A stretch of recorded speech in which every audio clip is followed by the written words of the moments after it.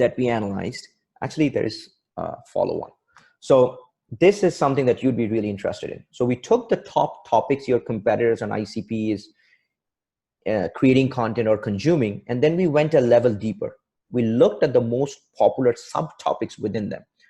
So in sales, which is obviously a pretty broad area, things that are of interest, that was the most common theme, was actually doing closed-won analysis. Your competitors were putting a lot of content on that. Because sales leaders do, even revenue ops do look at closed-won analysis a lot. Contract renewal, sales velocity, these were some topics that were being talked on within the sales.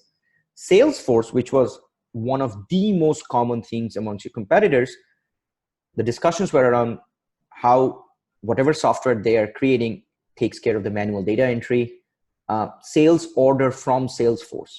That's a big thing. Like you just live within that. That was a subtopic within Salesforce, and then sales automation. Does this align with what you guys are doing, what Proposify does?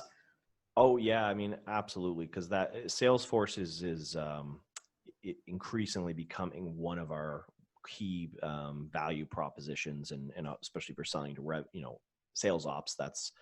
They have to know right at the beginning, like this all works in Salesforce. Yeah. So, and reducing manual data entry is a big thing that we say to them as well, because the fields from your CRM have to essentially map to your proposal and be accurate and reduce the amount of like typing in client names and that kind of thing. Got it. And then there were talks about, as you mentioned, there's RFP, which is not really what you guys focus on. There's a lot of talk about AI automation in RFP, proposal, RFP efficiency, response management. That was also another theme under proposals. And then in sales enablement, there was a lot of discussion around how VP of sales takes care of the sales enablement piece.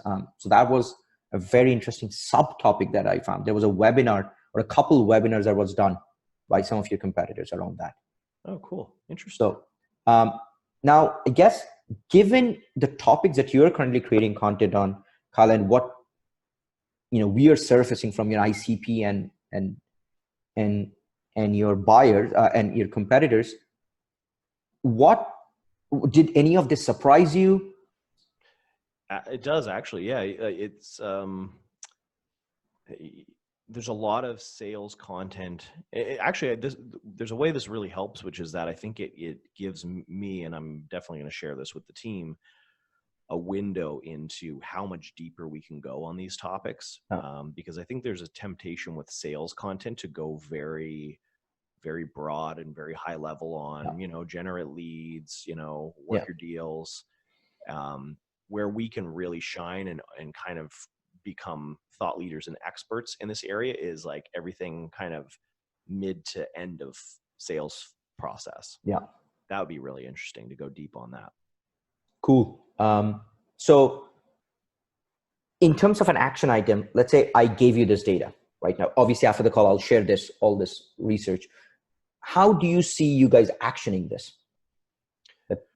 I would share it with the marketing team and the sales team. I could see us the next brainstorm session when we're coming up with new topics using this and kind of creating some content categories around like, okay, contract renewal. We've never really dug into that. What are some problems? What are people talking about? What are the issues? And then what kind of content can we create that solves problems around that? So I see it as kind of a good helping guide the roadmap of content.